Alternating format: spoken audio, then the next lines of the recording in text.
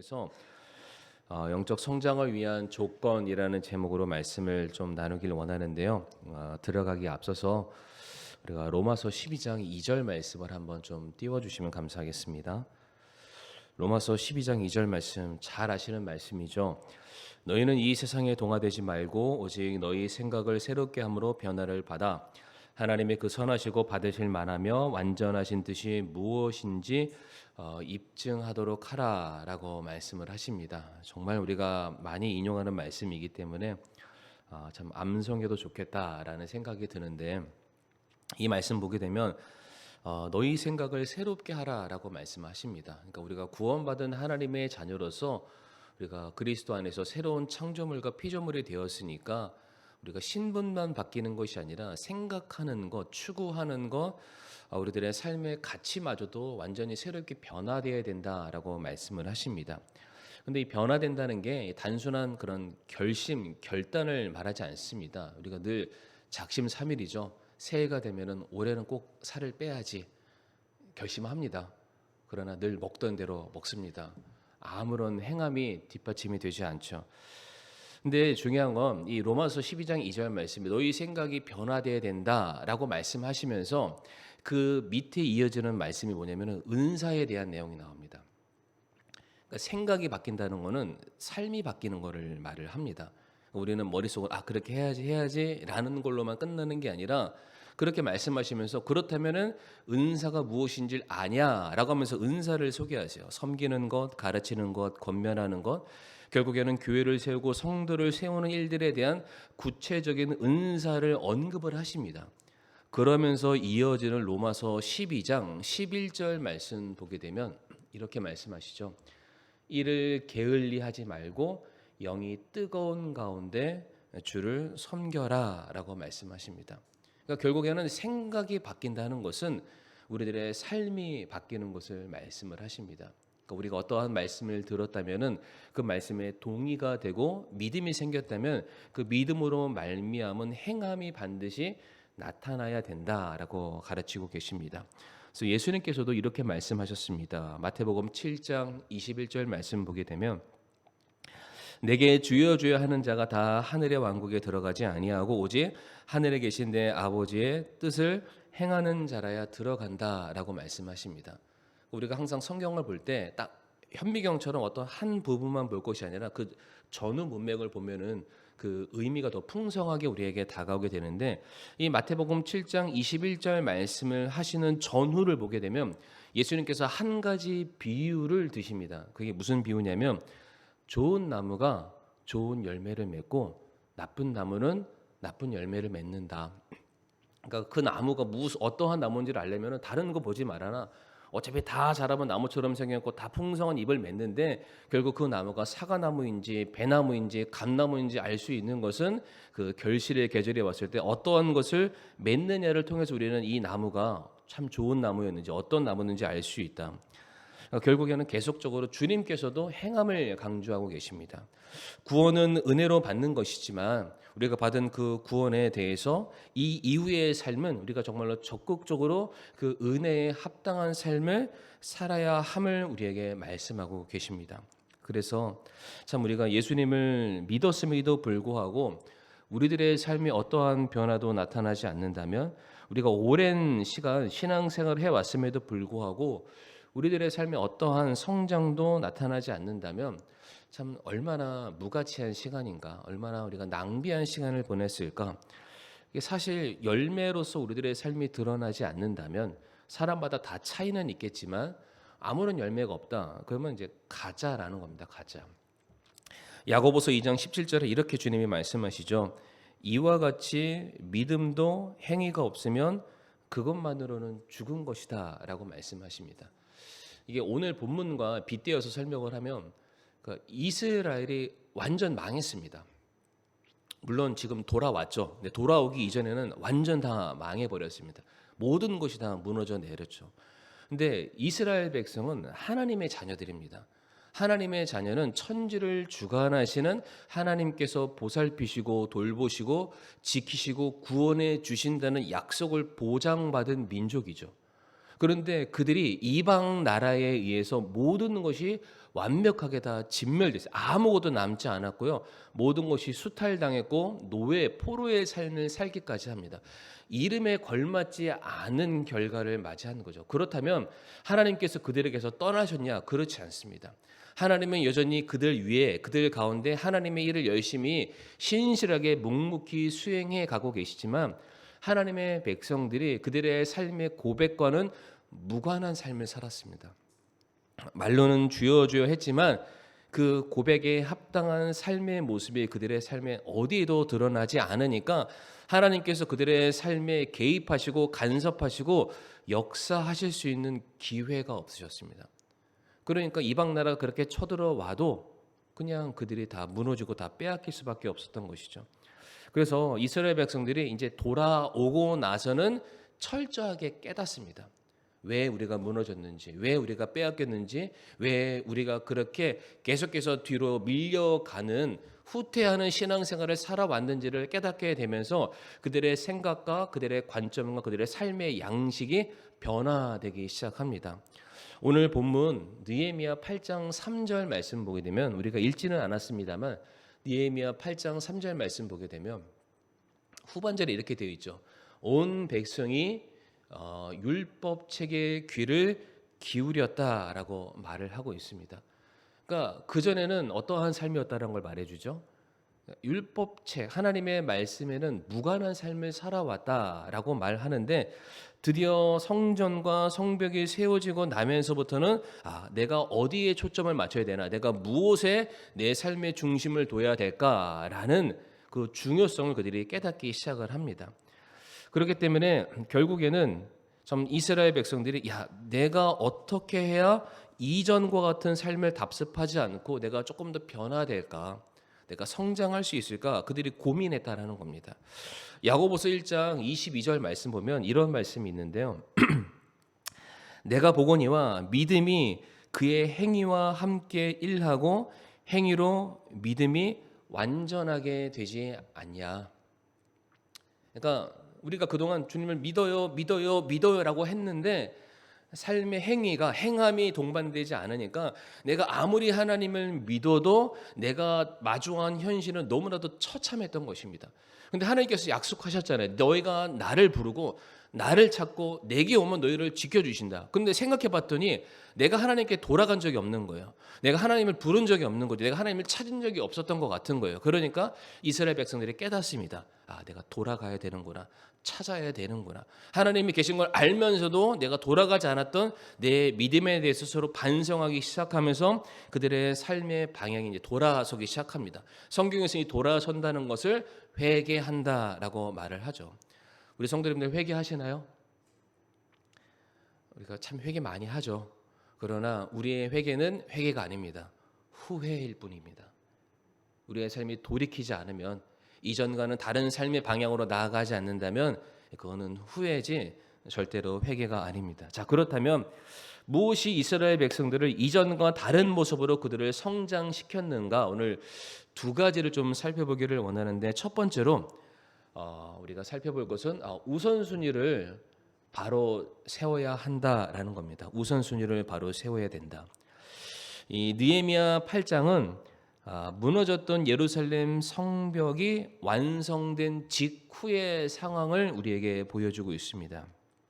성벽이 완성이 된 직후에 이스라엘 백성들은 그들의 기쁨을 감추지 못한 채 함께 모여서 축제를 열게 됩니다. 그런데 그 축제는 먹고 마시는 그런 축제가 아니라 말씀 잔치였습니다. 그러니까 그동안 듣지 못했던 하나님의 말씀을 듣기 위한 그런 놀라운 시간이었는데, 성도님들, 어떻게 이스라엘 백성들이 하나님의 말씀에, 아까 봤던 3절 말씀처럼 그들의 율법책에 귀를 기울일 수 있었을까요? 너무 당연한데 성벽이 재건이 됐기 때문입니다. 그러니까 제가 이제 얘기하는 거를 이제 잘 이해하시면 되는데, 이스라엘 백성들이 느헤미야 8장에 이르기 전에는 그들에게 율법책이 없었을까요? 있었습니다. 그리고 느헤미야 8장에 이르기 전에 성전이 있었을까요? 없었을까요? 있었습니다. 성전도 있었고 율법도 그들에게 가지고 있었습니다. 그런데 뭐만 없었을까요? 성벽만 없었습니다. 그 성벽에 있고 없음의 차이가 이스라엘 백성들이 하나님의 말씀을 듣고 듣지 못하고의 차이를 우리에게 보여주고 있습니다. 그런데 이 성벽이 완공이 되자 드디어 이스라엘 백성들이 마음에 안심을 하게 됩니다. 왜 그럴까요? 이 성벽이라는 방어 기제가 생김으로 말미암아 더 이상 우리를 괴롭힐 수 있는 사람들이 우리를 공격하지 못하는 겁니다. 이 성벽 밖의 일들에 대해서는 내가 더 이상 관심을 갖지 않아도 되는 거예요. 이 성벽 안에 들어온 순간 그때부터 이스라엘 백성들이 전적으로 하나님의 말씀을 듣기 시작했더라라고 되어 있습니다. 성전은 있었고 말씀은 있었지만은 성벽의 유무 때문에 그들이 말씀을 듣냐 못 듣느냐의 차이를 우리에게 보여주는데, 이걸 오늘 우리의 삶으로 적용해 보게 되면 이스라엘 백성들에게 성전이 있었던 것처럼 우리에게는 교회가 있습니다. 이스라엘 백성들에게 율법이 있었던 것처럼 우리에게는 하나님의 말씀 성경이 있습니다. 우리는 언제든지 교회에 찾아올 수 있고요. 우리는 언제든지 하나님의 말씀을 들을 수 있는 이 말씀의 홍수 시대 가운데 살아가고 있습니다. 이 모든 좋은 조건들이 조성되어 있음에도 불구하고 우리는 여전히 말씀의 기갈이라는 시간 속에 살아가고 있고요. 영적인 기근이라는 시대 속에서 우리가 살아가고 있습니다. 차라리 옛날에는 어떤 제사장이나 종교 지도자들이 그들이 종교를 말씀을 개인적으로 사유화했습니다. 그러니까 그들이 알려주지 않으면 들을 수 있는 길이 없었습니다. 그러니까 차라리 그럴 때는 내가 못 듣는 게 이해가 되죠. 뭐 인쇄술이 발달하지 않았으니까 여러 가지 많은 이유 때문에 내가 듣지 못했습니다. 찾아가지 못했습니다. 핑계라도 될 수 있는데 요즘은 전혀 그렇지 않습니다. 원하면 24시간 언제든지 저희 교회 비밀번호 다 아시잖아요. 성경 다 있고 뭐 유튜브 원하는 거 뭐든지 언제든지 다 할 수 있음에도 불구하고 왜 우리가 영적으로 갈급한, 그리고 아무런 변화나 성장을 기대할 수 없는 무미건조한 삶을 살게 되었나? 그거는 우리에게 성전이 없기 때문이 아닙니다. 우리에게 율법, 말씀이 없기 때문이 아니라 우리에게 뭐가 없었다고요? 성벽이 없었습니다. 성벽. 그런데 제가 말하는 이 성벽은 돌로 쌓은 담을 말씀드리는 게 아닙니다. 이 성벽이라는 게 뭘까요? 그러니까 성벽 자체가 세워짐으로 말미암아 너와 나를 나누게 됩니다. 성벽이 세워짐으로 말미암아 다른 나라와 우리 나라가 나뉘어지게 되는 거고요. 그 성벽이 쌓여짐으로 말미암아 내게 있어서 이게 차선과 우선이라는 우선순위가 분명하게 결정이 됩니다. 그러니까 이 안의 거는 반드시 지켜야 되는 것이고요. 그 밖의 거는 그 다음 문제라는 것이죠. 다시 말해 성벽이라는 것은 오늘 첫 번째 주제처럼 우선순위를 우리에게 말해줄 수 있습니다. 내가 누구인지 분명한 정체성과 신분의식, 우선순위를 분명히 나눌 수 있는 바로 그 놀라운 영적인 기제가 바로 성벽입니다. 근데 성도님들, 중요한 건 이 성벽을 누가 쌓았을까요? 자고 딱 일어났더니 다음날 성벽이 짠 하고 이렇게 올라섰나요? 아니죠. 이스라엘 백성들이 각 지파와 가문에 따라서 정해진 구간을 손수 그들의 팔을 걷어붙여서 거기 위에 돌을 쌓아서 만든 것이 성벽입니다. 다시 말해 그들 자신의 헌신으로 세워진 성벽을 통해서 이스라엘 백성들은 영적인 자유함을 얻게 됩니다. 자기가 쌓은 거예요. 자기가. 굉장히 좀 중요한 부분이라고 생각합니다. 물론 이 성벽을 세우는 과정이 결코 쉽지 않습니다. 방해하는 세력이 너무 많죠. 그래서 그 성벽을 세우는 과정 속에서 수많은 사람들이 낙심하고 좌절하고 포기하려고 하니까 느헤미야가 그러지 말아라. 한 손에는 칼을 들고 한 손에는 작업 도구를 들어가면서까지 너희가 반드시 세워야 될 것이 이 성벽이다라고 말을 해줍니다. 그래서 결국에는 그렇게 쌓아 올렸던 그 성벽이 완공이 되었을 때에 드디어 이스라엘 백성들이 하나님의 말씀에 귀를 기울이기 시작했다라는 것이죠. 다시 말해 묵묵하게 내가 있는 그 자리에서 한 장 한 장 돌을 쌓다 보니까 성벽이 세워진 것처럼 우리들의 삶에 있어서도 우선순위는 성도님들 단 하루 만에 생겨나지 않습니다. 그렇게 해야지 라고 하면 얼마나 좋겠어요. 변해야지 변하면 얼마나 좋겠어요. 살 빼야지 살 쭉 빠지면 얼마나 좋겠어요. 나아야지 나으면 얼마나 좋겠어요. 안 그럽니다. 과정이 필요합니다. 하루하루 힘들고 어렵겠지만은 한 장 한 장 쌓아가는 성벽이 우리들의 삶에 있을 때 우리는 그 안에서 안식을 누릴 수가 있습니다. 그러니까 다니엘이 그랬어요. 다니엘이 갑자기 기도하지 않습니다.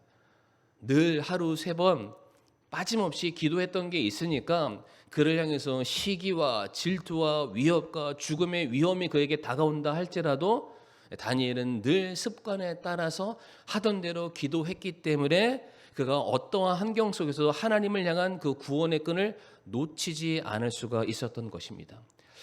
이제 올림픽이 끝난 지 좀 됐는데 올림픽 하는 선수들 다 이제 항상 준비 많이 하잖아요. 보면은 그 태능 선수촌에 딱 들어가서 하는 거는 똑같습니다. 맨날 똑같은 거예요. 맨날 뛰고 맨날 달리고 땀 뻘뻘 흘리고. 특별히 제가 그 유도 선수, 레슬링 선수 운동하는 걸 봤는데 어떤 쇠 기둥에다가 진짜 두꺼운 그 고무줄, 운동하는 데 쓰는 고무줄 아시죠? 그걸 딱 달아놓고 잡고 이거 이게 넘기는 걸 하는데 우리는 한 100번 하면은 지쳐서 못 하잖아요. 하루에 10,000번 이상을 계속 당기는 거예요. 왜 자꾸 하냐? 그 정도면 족하지 않냐? 이게 내가 생각하지 못하는 상황 속에서 막 하다 보면은 정신을 못 차리잖아요. 근데 내가 딱 잡히면 나도 모르게 몸이 반응해서 딱 돌아가서 넘기는 거야. 그러니까 무의식 가운데서도 그렇게 하기 위해서 내 생각이 아니라 내 몸이 익을 때까지 그 반복을 계속해서 한다. 진짜 실전을 내가 맞이하게 됐을 때 실수하지 않기 위해서 내가 분명히 그것을 해내기 위해서 내가 어떠한 상황을 극복하기 위해서 내가 계속해서 그것을 반복할 수밖에 없다라는 그런 말을 듣게 됐습니다. 미국의 철학자이자 심리학자인 윌리엄 제임스가 한 말인데 아마 한번 들어보셨을 거예요. 생각이 바뀌면 행동이 변하고 행동이 바뀌면 습관이 변하고 습관이 변하면 성격이 변하고 성격이 바뀌면 인생이 변한다. 근데 생각이 바뀌는 것까지는 우리가 너무 잘합니다. 그렇죠? 근데 생각 다음에 뭐가 나오죠? 벌써 까먹으셨네요. 생각이 바뀌면 행동이 바뀌고 근데 행동이 바뀌면 습관이 바뀐대요. 그러니까 습관이 바뀌려면 행동이 한 번으로 될까요? 안 될까요? 계속 해야 됩니다. 계속해서 이거를 쌓아가야 돼요. 묵묵하게 우리들의 삶에 그래도 피곤해도 일단 기도 먼저 하자. 힘들어도 말씀 하나 붙들자. 내가 정말 지쳤지만 그래도 내가 있어야 될 자리에 이 자리를 지키자라는 이 영적인 우선순위가 우리들의 삶에 자리 잡을 그때에 우리가 어느 때라도 말씀이 들리는 거예요. 근데 그런 식으로 내 삶의 우선순위를 바로 세우지 않게 되면은 엉망이 됩니다. 엉망이 돼요. 갑자기 어느 순간 내 감정이 내 삶의 우선순위가 되는 거예요. 내 가족이 내 삶의 우선순위가 되는 거고 내 삶의 돈이 우선순위가 되는 거예요. 근데 생각해 보면은 내 삶의 방향이 내 감정과 내 가족이라든지 내 건강이라든지 어떤 인간관계에 너무 매여 있다 보니까 그들이 내 삶의 우선순위, 그들의 내 삶의 장벽이 되어 있어서 내가 그것을 넘어서지 못하는 나 자신을 발견하게 된다는 것입니다. 그러면은 결국에는 우리는 아무 말도 듣지 못합니다. 그러니까 똑같은 거예요. 옛날의 모습으로 그대로 돌아갈 수밖에 없다는 것이죠. 그래서 우리 사랑하는 성도님들, 우리들의 삶에 이 영적인 우선순위라는 성벽이 바로 세워 있지 않는다면 우리는 하나님께 나아갈 수가 없습니다. 과거의 모습을 똑같이 반복할 수밖에 없다라는 거 잊지 마시고 우선순위를 바로 잘 세우자. 내 안에 영적인 성벽을 잘 세우자. 분명히 성도님들이 잘 세우는 성벽이 있는데 조금 미진한 성벽도 아마 있을 거라고 생각하는데 그 부분마저도 올해가 지나기 전에 꾸준하게 하루하루 잘 쌓아 나가시를 부탁드리겠습니다. 두 번째로 우리가 잘 세워야 될 게 있는데 바로 하나님과의 관계를 우리는 바로 세워야만 합니다. 9절 말씀 제가 한번 읽어볼 텐데요. 9절 말씀에 온 백성이 율법의 말씀들을 듣고 울므로 디르사다인 느헤미야와 제사장 겸 서기관인 에스라와 백성을 가르치는 레위 사람들이 온 백성에게 이르기를 이날은 주 너희 하나님께 거룩한 날이니 애곡하지 말며 슬피 울지 말라라고 이제 말을 합니다. 성벽이라는 튼튼한 보호 기제가 생겼고 그 안에서 이제 이스라엘 백성들이 집중해서 말씀을 듣기 시작합니다. 그런데 말씀을 듣자마자 그들이 보였던 반응은 애곡하는 거였습니다. 눈물을 흘리는 거였죠. 가슴을 치는 시간이었습니다. 왜 그러냐면 드디어 말씀이라는 거울 앞에 자기 자신을 꼼꼼하게 살펴보기 시작했더니 자기의 추악한 면모가 드러나기 시작하는 거예요. 야, 이러한 때가 있었구나. 이러한 부족함이 있었구나. 자기 자신의 올바르지 못함을, 죄의 많음을 말씀을 통해서 깨닫기 시작하는 거예요. 야, 예전에는 내가 잘한다고 했는데 알고 봤더니 이게 내가 하나님을 기쁘시게 하려고 했던 행동들이 아니라 그냥 나를 만족시키기 위해서 했던 일들이었구나. 말씀이 들어오기 시작하자 이제 그들이 깨닫기 시작하면서 자신들의 과거에 추악했던 행동들, 무지몽매했던 그 과거의 모습들을 보면서 막 눈물 흘리는 거예요. 아, 내가 왜 그랬을까? 왜 그랬을까? 그런데 그들의 눈물에는 또 다른 이유가 하나가 있는데 그게 뭐냐면 로마서 3장 20절 말씀에 율법의 행위라는 어떤 육체도 그분의 눈앞에서는 의롭게 될 수 없다라는 그 말씀 아시죠? 그러니까 내가 잘못한 건 알겠어요. 그러면은 그 말씀대로 살아야 함이 맞는데 하나님께서 계속해서 너 이렇게 살아야 된다. 이게 맞는 거야. 이게 성도의 올바른 본분이야. 이렇게 살아면 하나님께서 기뻐하실 거야. 그런 말씀들을 계속해서 주세요. 그런데 그 말씀을 듣다 보니까 아무리 봐도 나는 이것을 지켜 행할 만한 자격이 없는 거예요. 그렇게 하고 싶은 마음은 있는데, 그렇게 살고 싶은 마음은 있는데 과거 지금까지 내가 살았던 모든 행적들을 돌아보니까 그렇게 살고자 신앙 고백은 해왔지만 한 번도 그렇게 살아본 적이 없는 거예요. 그러니까 어떻게 되겠어요? 또 가슴이 아픈 거예요. 왜? 지금은 내가 이 성벽과 성전이라는 곳에서 하나님의 은혜로 살고 있는데 내가 또다시 과거와 동일한 모습으로 살아가기 시작하면 지금 내 앞에 쌓여있는 이 성벽은 또다시 무너지게 되어 있습니다. 그러니까 하나님, 제가 어떻게 해야 이 성벽을 지킬 수 있을까요? 아무리 생각해봐도 저는 이 성벽을 지킬 만한 힘이 제게 없는데 제가 또다시 실패하고 또다시 넘어지고 또다시 죄 짓기를 반복하게 되었을 때 내 앞에 처져 있는 이 모든 것들이 또다시 무너지게 되면 하나님, 그때 제가 어떻게 다시 일어날 수 있을까요? 마음이 아픈 거예요. 그러니까 막 눈물을 흘립니다. 그때 느헤미야가 10절에 이렇게 말을 하죠. 10절 말씀 한번 띄워주시면은 그때 그가 그들에게 이르기를 너희 길로 가서 기름진 것을 먹고 단 것을 마시며 아무것도 예비하지 못한 자들에게 일부를 보내라. 이날은 우리 주께 거룩한 날이니라. 같이 한번 읽어보실까요? 너희는 또한 슬퍼하지 말라. 주의 기쁨이 너희의 힘이니라 하고 아멘. 느헤미야가 말하기를 야, 울지 마. 울지 말아라. 슬퍼하지 마. 무슨 얘기냐면 너희가 뭔가 지키려고 애쓰지 마라고 말합니다. 너희가 스스로 뭔가 힘을 내려고 하지 마. 그러면서 하는 말이 너희들 다른 거 하지 말고 주를 기뻐해라.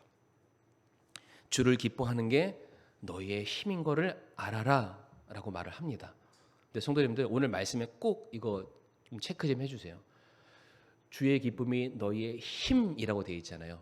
힘에다가 밑줄을 치든 동그라미를 치든 이 힘이라는 말이 히브리어로 모오즈라고 합니다. 그런데 이게 성경에 총 36번 기록됐거든요. 그런데 그 36번 중에 유일하게 한 번만 느헤미야에서 이거를 힘이라고 번역을 했습니다.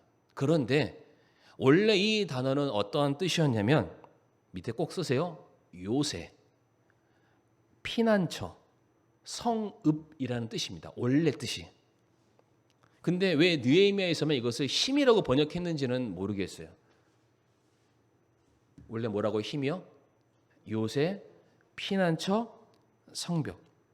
그러니까 지금 느헤미야가 뭘 말해주는 걸까요? 지금 너희들 눈앞에 너희들의 힘으로 쌓은 그 돌로 세운 성벽이 있다고 너희들 그것 때문에 안주하는 삶을 살면 안 된다? 그러면서 하는 말이 그렇게 너희들이 세워놓은 것들을 의지하지 말고 너희들 주님이라는 요새 안으로 들어가야 된다. 주님이라는 피난처 안으로 들어가야 된다. 주님이라는 성벽 안으로 들어가서 너희들의 신앙의 뿌리를 내려야만 너희들은 진정한 안식을 누릴 수 있다라고 말해주는 겁니다. 주의 기쁨이 너희의 힘이다. 주를 기뻐하는 것, 주님과 관계를 맺는 것, 주님 앞에 나아가는 것이 진정 그분이 너희를 지킬 요새시다라고 말합니다. 시편 91편 1절과 2절 말씀 보게 되면 지극히 높으신 이의 은밀한 곳에 거하는 자는 전능자의 그늘 밑에 거하리로다.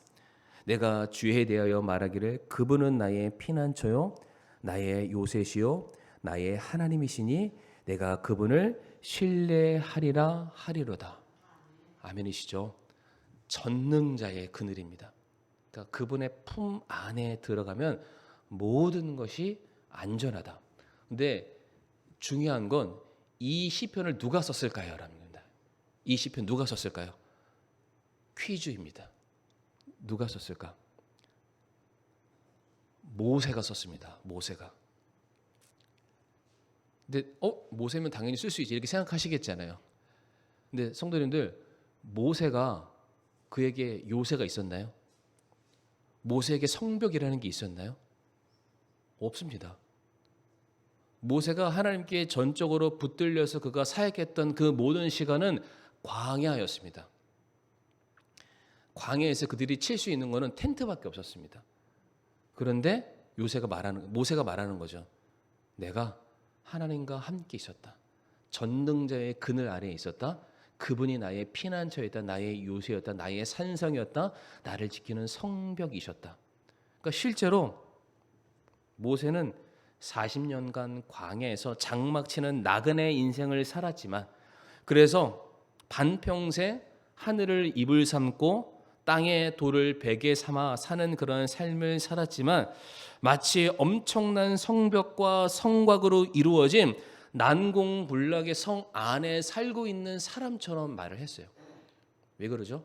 실제로 하나님께서 낮에는 구름 기둥으로, 밤에는 불 기둥으로, 정말로 사시사철 주야로 그들을 지켜주시고 그들의 갈 길을 인도해 주셨기 때문에 모세가 말하는 거예요. 나는 광야에 살지만, 나는 텐트 안에 살지만 내가 살고 있는 곳이 마치 성 안에 안전한 장소와도 같았습니다.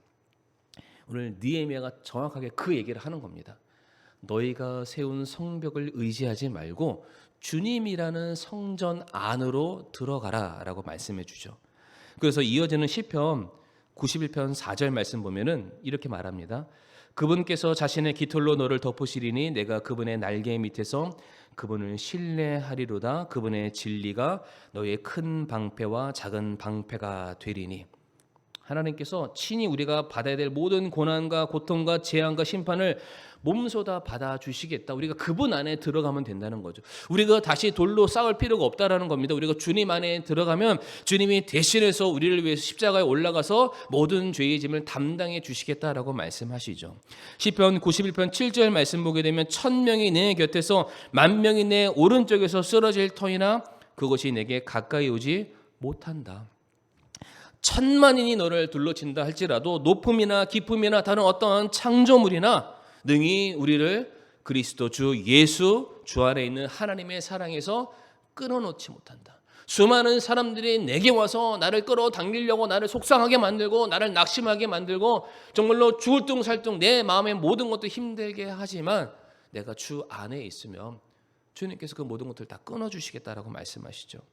시편 91편 14절 말씀 보게 되면 그가 내게 사랑을 품었으니 그러므로 내가 그를 건지리라.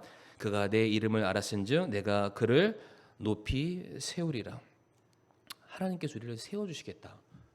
우리를 견고한 망대처럼 우리를 붙들어 주시겠다라고 말씀을 하십니다. 그러니까 더 이상 우리가 쌓아 올릴 것이 필요하지 않다라고 말씀을 하고 계십니다. 그래서 호세아 6장 3절 말씀에 이런 말씀이 있죠. 같이 한번 읽어볼까요? 호세아 6장 3절 없네요. 호세아 6장 3절 말씀 보게 되면 우리가 계속해서 주를 알고자 하면 그때 우리가 안다라는 말씀이 있습니다. 그러니까 우리가 하나님을 알아야 된다. 이 알아야 된다라는 것은 지식으로 아는 것이 아니라 경험으로 아는 것이죠.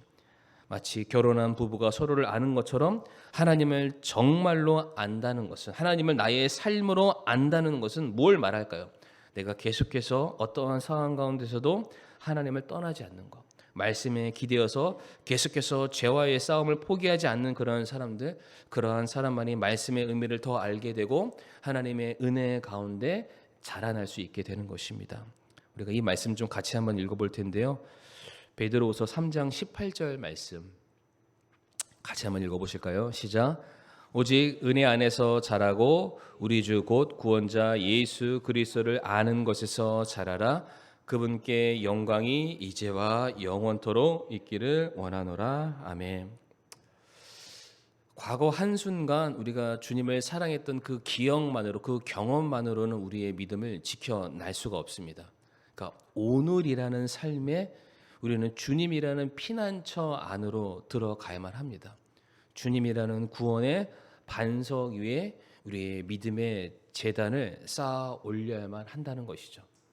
이렇게 하는 사람들만이 그들의 삶의 변화와 성장이 일어나게 된다는 것입니다.